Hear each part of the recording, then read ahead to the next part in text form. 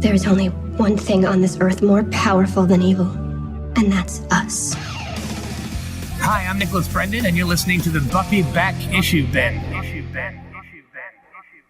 Welcome to the Buffy Back Issue bin, the show where we go through all of the Buffy and Angel comics that are canon chronologically. I'm Zach. And I'm Emily. And welcome back from our hiatus, personal hiatus. I know. You guys don't know that. We haven't done this in like 3 weeks. I feel like it's been 2. It's been 3. Well, okay. I promise. We used to be so far ahead of recording. We're not that far ahead now. Well, It's created a sense of panic in my world. oy vey. We have to stay ahead for all the listeners and the Patreons. We do, but we're still ahead. Yeah, we're still winning. Just summer got in the way. On a scale of, yeah, because I'm sure when you go back to work, that will be much easier. You're right. But this week, instead of talking about Buffy or Angel, we're going back and doing another Spike miniseries. We did a few of those back in the day. Yeah. Well, early in the show. This one's okay. And this, as of right now, is the final Spike miniseries. Yep. We've had so many. We have. But this is the only one from Dark Horse, right? Yeah, this is our first non-Brian Lynch one. Look at me. I always get confused because IDW does the Turtles. And so in my head, IDW does everything. I don't know anything about Turtles. Huh. Weird. Glad there aren't 70,000 turtles in this room. There aren't 70,000. There's only 4 pages, 2 animation cells, and 2 commission pieces. There. Sorry, what about the sketch? I counted that as the commission piece. 1, 2, 3. I was just... The toys? To hell with your math. Anyway, we are talking this week about Spike a Dark Place, written by Victor Gershler, with art by Paul Lee. Paul Lee, we previously saw do art on some of the Tales of the Vampire stuff that we talked about in the Season 8 one-shots, and Victor Gershler is going to take over as the main series writer for Angel Season 10 next year. Fun things to look forward to. I just want to give context. In like 3 weeks. But this is his first canonical story within the Buffyverse. What a fun word that is. Buffyverse? No, canonical. Oh, yeah, it's fine. Okay. It's the basis for the show. I know, but I just like the word canonical. It's like a fun canon. Yes, it is. It's official canon. No, that was a different Spike miniseries. That is a callback. We were so young then. Were we? I don't know, probably. You might have been. I was definitely still 27. I was older and somehow younger. Somehow, both are always going to be true. But, for those who don't remember, Spike last left Buffy being like, I don't want to be the thing you go to when you're in a dark place and having a non-abortion because you're a robot. So where does he go? He's gonna see you on the dark side of the moon. Yep, he does. You don't know that album as well as I do. I don't know it. I know it's a song. And an album. Yes. Yes, it is. Look, some of us were stereotypes as teenagers. I listened to a lot of Dark Side of the Moon. What is that? Pink Floyd album. Is that the one with the painted backs? You're thinking of a poster that has 6 naked ladies with Pink Floyd album art painted on their backs, and yes, Dark Side of the Moon is one of them. Well, there we go. I made a connection. So tangentially, like, is it one of the naked ladies? Yes. Well, it's painted on their backs. Yes, I imagine Dark Side of the Moon is one of them. I've seen a poster before. Oh, I'm sure you've heard some of the album. Maybe. So we see Spike flying off to the dark side of the moon, and his inner monologue is like, it's actually all dark out here because I live in the darkness. Wow. Paraphrasing, but Spike is a whiny emo goth throughout all of this. Did we mention that this arc is called A Dark Place? Because he's the thing that Buffy goes to when she's in a dark place. So he goes to a dark place. And he's in a dark place. And he broods more than Angel. What are you doing, Spike? He also drinks and smokes a lot while wearing black all the time. I mean, he usually wears black. That's not uncommon. No, that's true. He's like Hot Topic's wet dream of a customer throughout this entire arc. Boo. Terrible metaphor. Listener, I do not support that metaphor. That's actually a simile. But I don't support it anyway. But Spike is walking around the bug ship, being really sad. And Sebastian, our main bug, is trying to cheer Spike up, being like, stop being so down on yourself. I'm sure there's other ladies out in the universe for you. We have many bugs that you could choose from, sire. He doesn't say that part. He doesn't, but it'd be funnier if he did. But, cleverly, Sebastian has somehow broken his arm thing. Because all of the bugs look identical, so now we can visually differentiate Sebastian from the rest of the bugs because of his tender, tender arm. It's in a sling. But also, are the bugs robotic? They live in robot bodies. Okay, so there you go. But meanwhile, Spike is moping around, and he keeps finding things that remind him of Buffy. Like, a lot of Buffy stuff. She left a lot of her stuff on the bug ship when she was only supposed to be on the bug ship for, like, a weekend.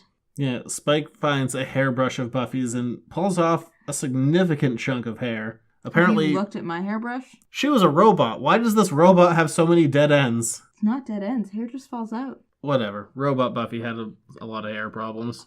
How's that hair going to grow back? Would she eventually just comb her hair out enough that it would just all be gone? Yeah. So Spike does the only thing that he can, and he drinks and smokes, and the bugs decide we need to cheer him up. Or do we? And it looks like they're going to murder Spike, and they carry him off to the solarium, where he thinks he's going to die because, sun, vampires, not a good thing. And we're left on a cliffhanger with them opening up the blinds and Spike going, no! I'm too emo to die. Also, it'd be a really short arc if Spike died partway through the first issue. Well, now you're really ruining the surprise. Spoiler alert. Spike does not die at this time. And we see also on the moon a bunch of demons who kind of look like, I don't know. Orcs. They look like orcs. I was going to say like anthropomorphized piranhas? Yeah, I guess. And a frog. A big demon frog. And they point to the bug ship because, in space no one can hear you scream. And we cut back to the bug ship with a deceased Spike and a bug wearing his skin taking over his body, who will now be Spike for the remainder of the series. Not true. None of that is true. I made a better story. That would be a really creative end to this story. However, the story falls along much more traditional lines. Spike does not die. Instead, the bugs have changed the glass so that it filters out the parts of the sun that hurt vampires. Yeah, it's the necrotemper glass that Wolfram and Hart used in Angel Season 5, and Spike is sunbathing with those little tanning goggles, a mojito, and combat boots. That would be terrible to have a boot tan. I don't know why he doesn't take the boots off. It's a funny image, but I just have to look at it and go like, why are you still wearing the boots? My favorite part is that the bugs have I assume because the bugs poop everywhere.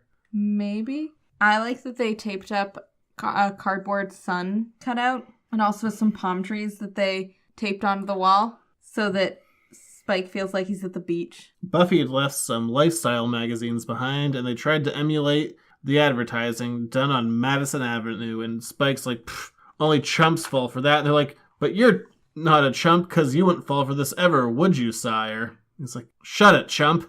And he's like, I wish that it were real, but it's not. So he goes all mopey again, and he puts back on all of his black clothing. And the poor bug who comes out wearing a lei and a drink for him, he doesn't even interact with her. I bet that was Fritzy. I bet it was Elizabeth. You know what? We'll never know. Oh. It could be any of them. I vote Elizabeth. And then all of a sudden... We a real Empire strikes back, and one of those giant moths that was in that asteroid sticks to the side of the ship and waggles its tongue all around. But it's not a moth, it's instead a frog. You know what I'm talking about, though, right? You remember that scene from Empire? I know what you're talking about. And then Han shoots. It's like, it's not a cave, and big slug. No one else saw the I hand only wish motion. everybody could have seen that hand motion. I did the slug. That's not a slug. That's Baby Shark. Baby shark, do do do. Baby shark, do do. Now you all have the hand motion in your heads. You're welcome. And they decide they're going to go take care of this. Moon frog is what Spike calls it. I'm going to call it a battle toad. Moon frog is much more fun. Mine was an impossibly hard NES game. Mine was fun. Yeah, Battletoads isn't super fun. Look, I know it's really well designed, but damn, is it hard. So anyway, Moonfrog breaks into the bug ship and eats a lot of bugs with his tongue. Spike is like, this is terrible and I hate this. Yeah, Spike's just busy smoking. He's like, I'm on a cigarette break, you damn frog. It's like, I wish that Buffy and I could have had a cool, normal life together, but I can't. Yeah, and then we have, this is all internal monologue, we have something very un-Spike-like. Spike says that he has to get his head out of his bum. Sounds awkward when you say it. Well, Spike would never say bum. I know it's all... You wouldn't either. No, neither would I. I'd say like, every other possibility. Maybe not derriere. It would be funnier if you did that. Yeah, everything I came up with is probably because I tried to one-up it from just regular, like, head up your ass. Everything in my head was far worse. Yeah. None of them were bum. And Spike would also not say bum, especially in his own head. No. So it just sounded really weird. Get me head out of me bum. Okay, you're all done now. You're all done with accents. Are you not trying to do an accent? I was Because trying I to told you I you're was all trying to think done. of the thing. I was just like, oi, me head's up me arse. I'm sorry. I think that apology was necessary. I know we have Oh my gosh. British listeners, so sorry. Definitely apologize to anybody who is not from the northeast of the United States. I'll apologize to the Queen, James Bond, and Doctor Who. Because his name is Doctor Who, right? Oh my. Dear listeners, please don't leave us in this moment. I have left the country. Did you just leave? You've left since we recorded. Yes. And the giant demon frog attacks Spike, and he puts his cigarette on his tongue. And the frog is very angry and starts to beat Spike up with his tongue. Literally, makes a fist with his tongue and punches him. It's really gross. With a quick bap. Yes. And apparently this frog also thinks he's Spider-Man because he shoots out his tongue and it goes flip. But then Spike stabs him with a broken bottle and goes whap. And as it looks like the fight is going to be in Spike's favor, he gets punched in the back of the head, and then he turns around and gets hit with a hammer in the back of the head, and he's knocked out. It has been a good long while since we were just like, Spike's so cool, he wins everything. Yeah. Instead, the fish demons... Piranhanoids. ...wanted the bug ship. Makes sense. Yeah, why not get a spaceship? Why not just act like a spaceship is a normal thing? Mm-hmm. And they say they're going to jettison the dead weight, meaning Spike and the bugs. He's also pinching Spike's cheek when he says that in a really weird way. Like a grandmother. Yeah, it's an odd moment. What would happen if you shot a vampire into space? They don't need oxygen. I think that the sun would get them. Eventually. Yeah. Damn rotating sun, being the center of our universe. The sun doesn't rotate.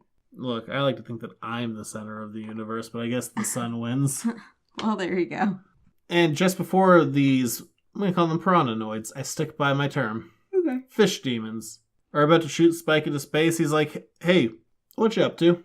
And they're like, we want the seed for the magic. Seed's gone. Buffy broke it all up. Giles died. Bad times, maybe good times. Do you guys know Giles? And they're like, we want the fragments of the seed.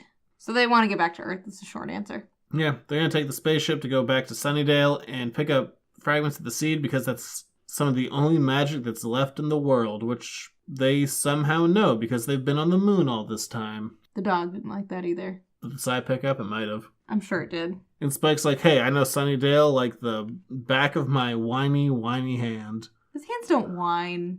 Everything else about him.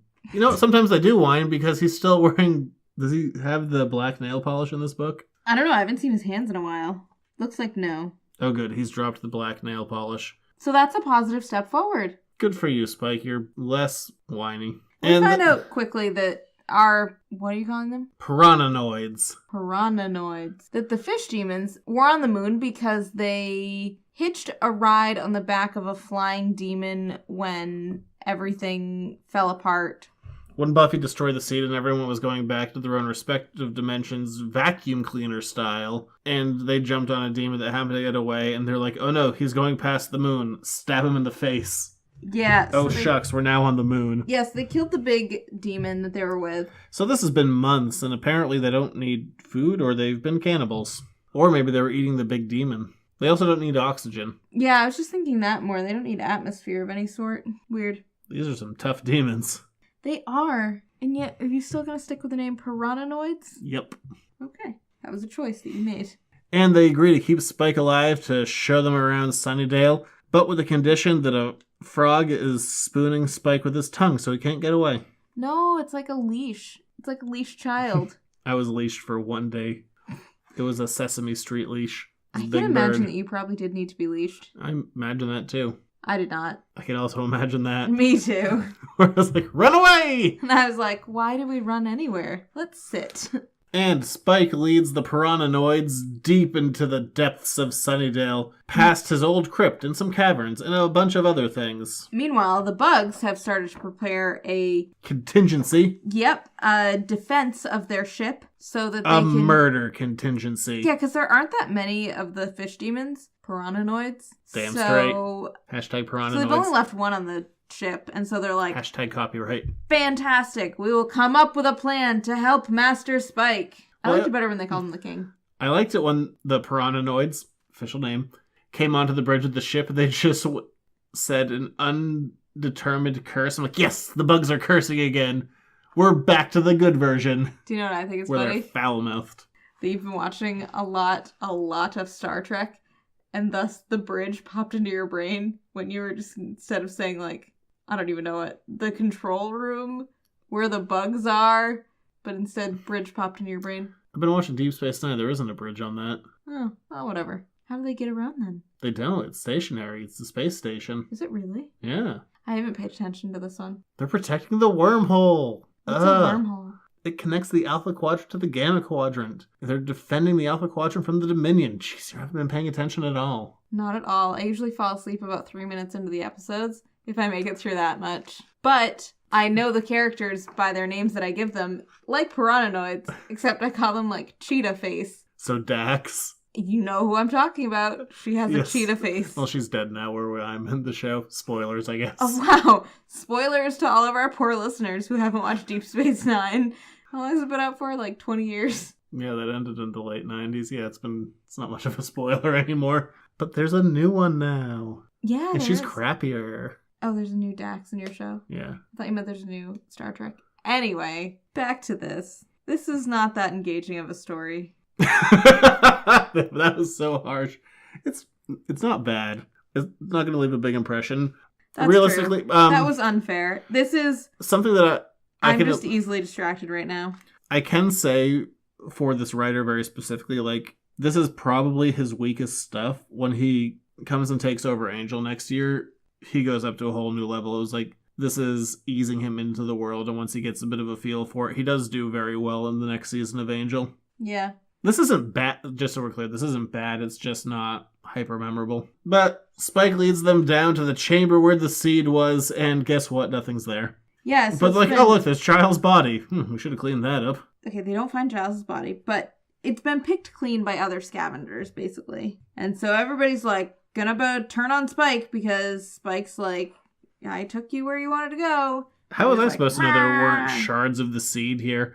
I haven't been here in a while. Last time I was here, I was cleaning up Giles' body. Tasty, by the way. Gross. And then, all of a sudden, we hear another voice, and this woman comes out. Named Morgan, except we don't know that at this point. And she's wearing a tight leather catsuit. Not gonna lie, I stared at her for a couple seconds to be like, am I supposed to know who this is? Is this Lila season 3 with those terrible bangs? Well, because the way that she's portrayed, she's on her own page almost. Yeah, she gets almost a full splash. Far more than Riley got. Yeah, and so I was just like, oh no, did I forget like a major character in this? Like, compared to Riley's, like, less than a quarter of a page. Is this supposed to be Faith? Anyway, Faith never had bangs like that. None of this looks like something Faith would do. It looks like evil Lila. Okay. Well, in any case, it's not. It's Morgan. Morgan goes like, oh, I don't know where all of the shards are. There's been a bunch of scavengers here. I've been hanging around hoping to find some. Even though they're all gone, apparently, so I don't know why I'm still here. And Fishface is, like, all done with this, so... Captain Piranhanoid. So, he's like, fine, I will kill you both. And he's about to do that, and then Morgan, I'm just calling her Lila. Morgan grows wings and jumps on top of... And horns and a tail, and she becomes red. Fishface. Because she's a succubus. Yes. Have we met those before? No. Okay, that makes me feel better. Just want to make sure. And she goes to kill Captain Piranhanoid, and instead, Spike kills him with a sword that he finds, and then kills everyone else. It's a good time. Yeah. He also cuts off the tongue of the froggy, which is kind of sad. Well, the frog's dead, because the bugs show up and they electrocute the frog to death. Yep. The bugs show up, and they're like, we're here to help you, Master Spike. And Spike is like, great. Now I get to watch you too. And they're like, no! We get to kill the frogs! I want to do the old voice where I got to call everything f***ers. I'm sorry. And Spike dispatches the last of the Piranhanoids, never to be seen or heard from again. R.I.P. Piranhanoid. Yeah, that was kind of sad. Was it? Mm-hmm. That we killed disposable characters? Yeah. They don't have heads anymore. Yeah. They're sushi. What do you think sushi is? Raw fish. Some of it, sometimes. Do you think it comes from the head of a fish demon? You don't from anything. Okay. Throw some rice in there, throw some wasabi, boom. Space sushi. Yeah, I think that would kill you. Spooshy. I think that's what would happen to you. Sounds real Italian. Sounds very, like... I can say that because I'm Italian. Oh, gosh. It sounds very like, Do you remember that movie Holes? That book Holes? Are you talking about the old TV series? No, I'm talking about the book that was written by somebody. It was a Newbery winner, and then it became a movie with your favorite Shia LaBeouf. Ugh. Do you remember this now? No one cares for the beef. There was I taught you that. There was a peach jam in it, and they called it sploosh. Anyway, that's what it made me think of.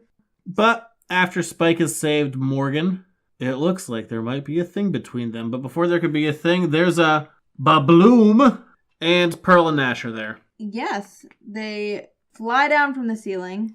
And I honestly like this. I like that the worlds are more connected than they've been in so long. I like that too. We can have characters kind of popping into the Buffy side of things and the Angel side of things, and they don't feel so far apart anymore. Okay, so that was unfair before. I just got tired of the fish demons, but then we killed them off, so then that's fine. So we're back to exciting things, because we have Pearl and Nash back. And then we go to Rome. It's not Pearl and Nash that are exciting. I just think it's the connection that's exciting. Because Yeah. Pearl and Nash suck. I think what it is I got tired of random one-shots that didn't really have to connect with things. Also, the Buffy stuff last week. I mean, yeah, they're also better than Billy the Vampire Slayer. So, this Spike miniseries is a million times better, so... Yeah, that. Then we cut back to Rome, 1953, and we find Pearl naked in bed. She's just had sex with a demon, and as established previously in a one-shot, her whole purpose is just to make a bunch of demon babies. But instead, it's a Black Widower demon that she's managed to ensnare. And this baby daddy ain't having any of her crap, and he's gonna eat her head. Yes. And instead, Pearl calls out to her brother. Nash breaks down the door, starts to beat up the demon thingy. But if we look at the art, why is he breaking down the door? The lock isn't out. He just could have opened it. Well, whatever. He was very concerned. It would have been faster to open the door. Instead, he has to break it down. We can clearly see that the lock wasn't actually on. Yeah. Where do you think Nash was? Just hanging out outside of their hotel room? Oh, these two always struck me as a little bit incestuous, so yeah, he was probably listening.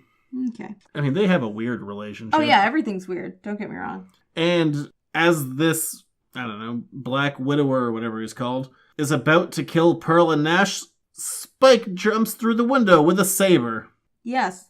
And he's like, "Ah, demon, you owe me money." You shouldn't have played cards with me, you son of a bitch. I have bleached hair in the 1950s, which seems out of place, but the guy who runs the Buffy Back Issue bin couldn't quite determine through research if that was a thing in the 50s or not, so we're just going to let it slide. Okay. Compared to that one time we saw Spike in the 50s in the third to last episode of Angel where he had jet black hair with Drusilla in Italy. But we're back to Drusilla in Italy because, oh wait, Drusilla's here! And it's my favorite part of this whole thing. I love Drusilla. Because Drew's there and she's like, "Hey Spike, that naked lady in the corner seems to like you." Yes. And Pearl's like, "You're my hero, Spike. Thank you so much." And then we cut to the present. She's like, "Nah, you're a dick. I know that now." Yeah. And we all know that, to be fair. And Spike's just inner monologuing to himself. She's like, "Hey, you listening to me?" And he's like, "Yeah, He's maybe. What? I don't know. Sure, you're important to me. I miss Drusilla. Yeah, Drusilla was in, now she's out. I miss her. Then Morgan's like, "You guys know each other?" And Nash is like, "Nah, I was unconscious at the time." So, I guess good for him for being honest about that. Yeah, he's real up front with his 12-foot long scarf. And they're looking... Excuse me. I don't have a 12-foot long scarf. Sorry, I made you a normal length scarf and you were like, "It's only 5 feet long." Very tall. Man, it's as tall as I am. I'm much taller than you. So? Do you need a scarf that's taller than me? And Pearl and Nash, as we've established over in Angel, are looking for all magical artifacts, including shards of the seed. And Nash goes up to Spike, he puts a finger in his face, he's like, "Hey, where is it?" So Spike snaps his finger, which I appreciated. Also, Nash is wearing bell bottoms. We didn't mention that. He's up the time, I guess. And Nash punches Spike in the face. And then he punches Spike in the face for the second time ever and goes, "I just never get tired of punching this guy. All 2 times I've ever done it." Weird line. It was weird. Meanwhile, the bugs have gathered up Morgan, because she's still there, and Spike, and they hustle him on the bug ship. They Monty Python this, and they ran away. Spike manages to somehow get Pearl and Nash to run into a column or the side of something while he runs away, so that's good. And That was a fun cameo. They're gone. We don't see them for the rest of this arc. The chamber where the seed was collapses, Spike gets the bug ship, flies away, and Pearl and Nash are done. Yeah. Well, not forever. They'll be back on Angel.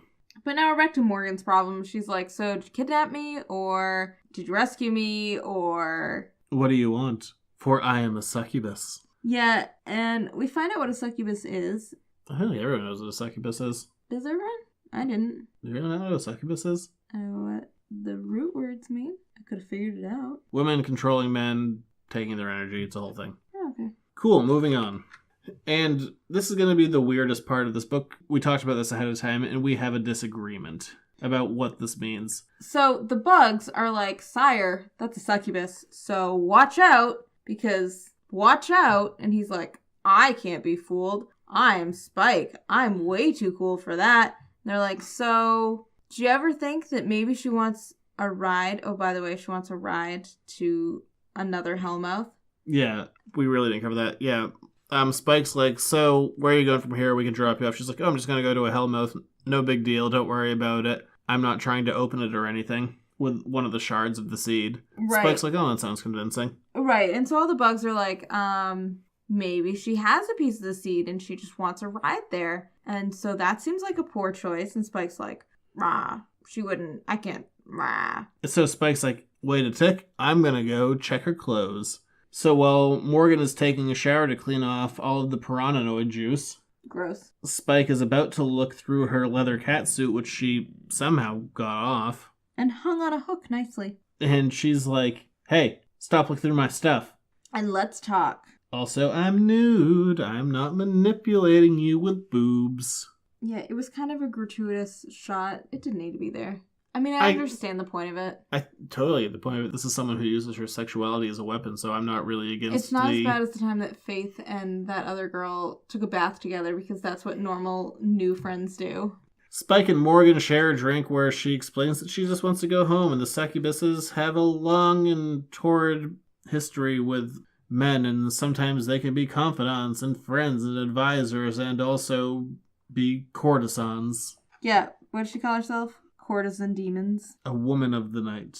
And she's like, Demon of the night, rather. We could be powerful, you and I. You're not a regular man. We can totally hook up, and I will bring out all the best in you. And meanwhile, all the bugs think that Spike is being manipulated. Spoiler alert. Spike is being manipulated. Spike and Morgan continue to talk, and she's like, you have been hurt by another woman. What was her name? Buffy. She left a billion clothes here, so I know that there was a lady, unless you're into cross-dressing. Yeah, why did Buffy leave so many clothes there? And I'm going to continue harping on this. I don't know how many more times.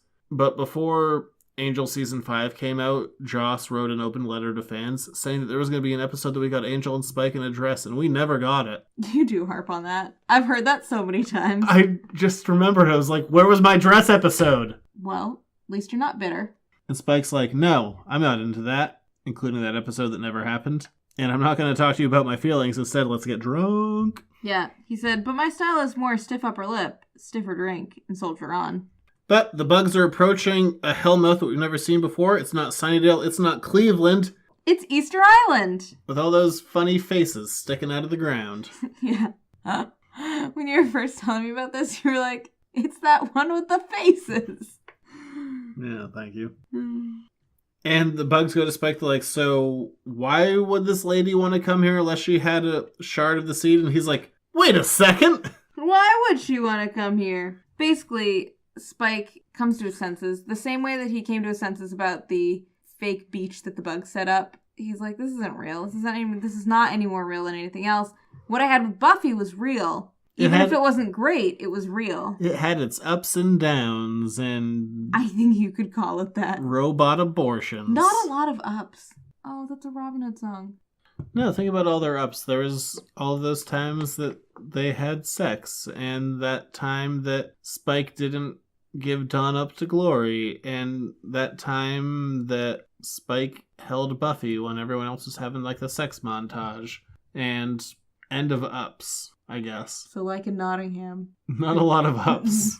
The downs outnumber the ups. Oh yeah, like the time he tried to kill her, the time she tried to kill him, and continue that trend for a while, and that time he was like, your boyfriend's being sucked on by a bunch of vampire courtesans. Yeah. Or that time when Buffy wouldn't tell anybody that she was with Spike. But anyway, he's like, at least it was real. What I would have with you is not real. And she's like, we could have been great.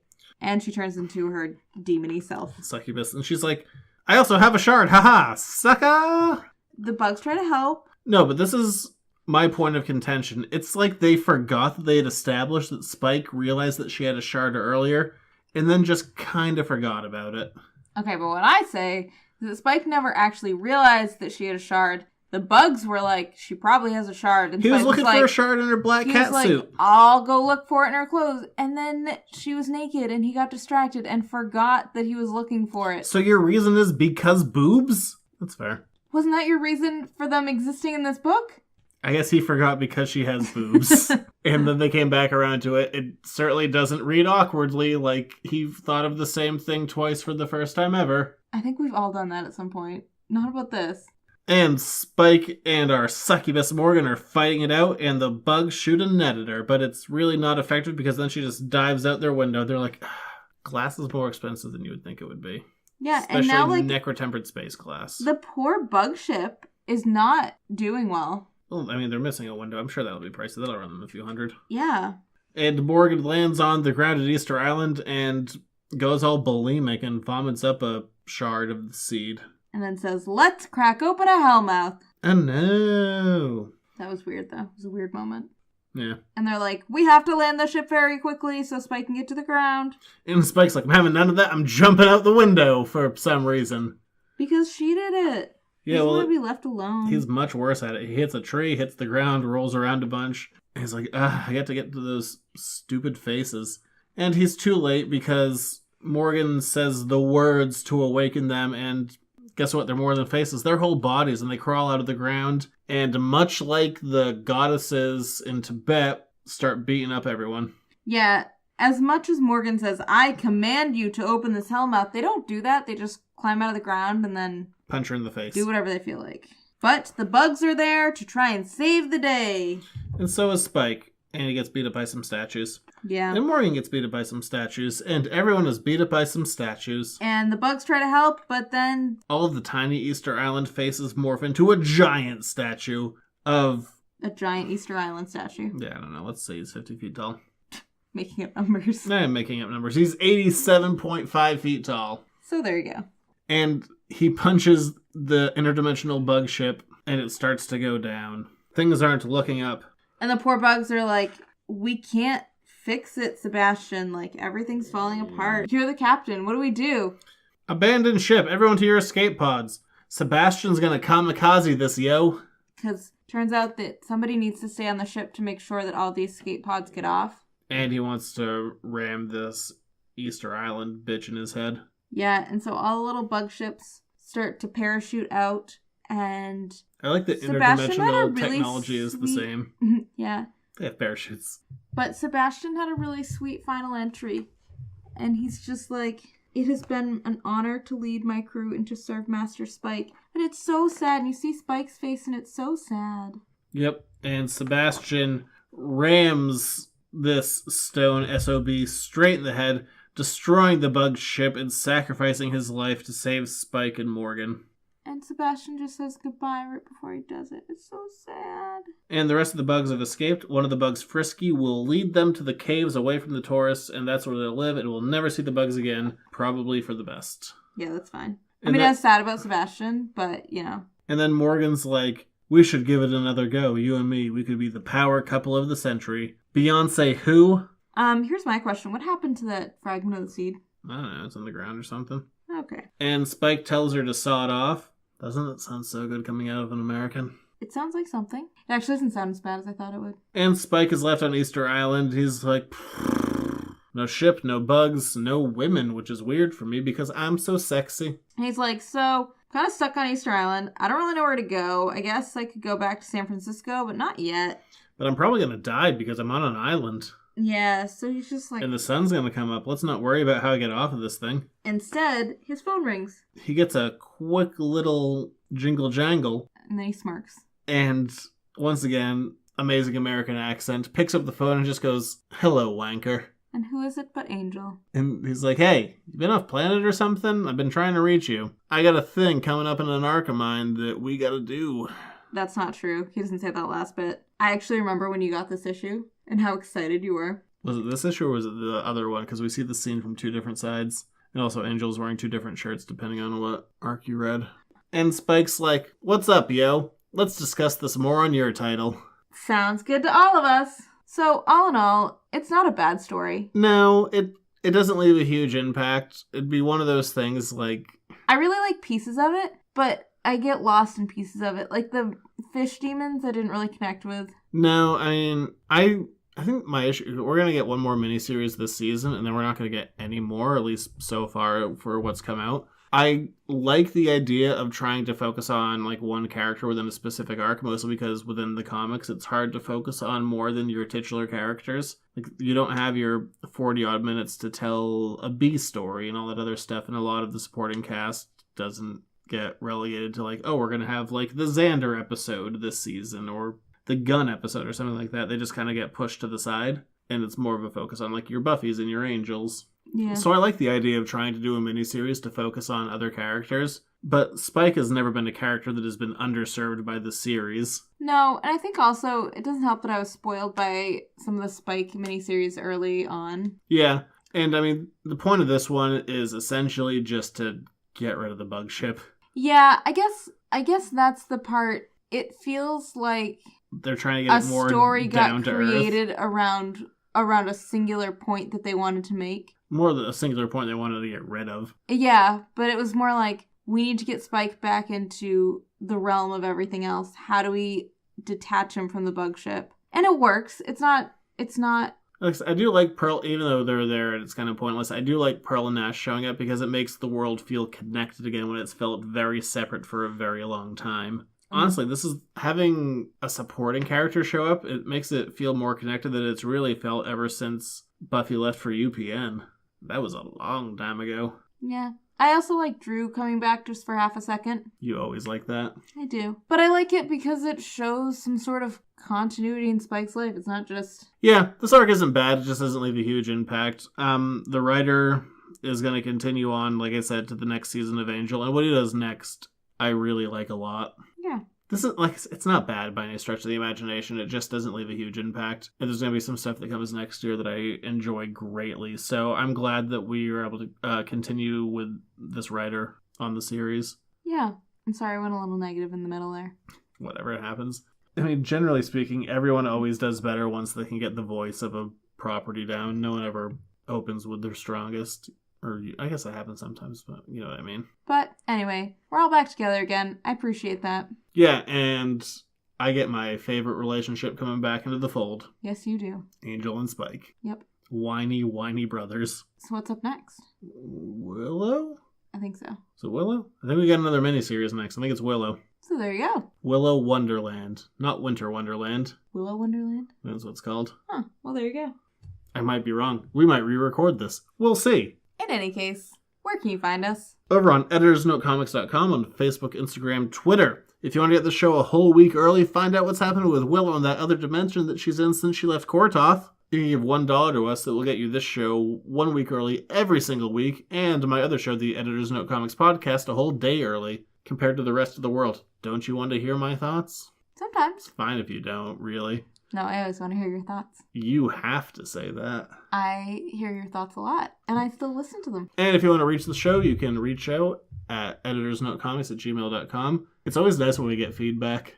It feels like we're talking into less of a void, and I always appreciate that. You don't ever tell me when we get feedback. I do sometimes. Do you want the password to the email? Nah, it's too much work. All right. I also don't go on Twitter either, so that's not helpful either. We'll be back next week to discuss Willow, or possibly Buffy. Probably Willow. I don't remember. Bye.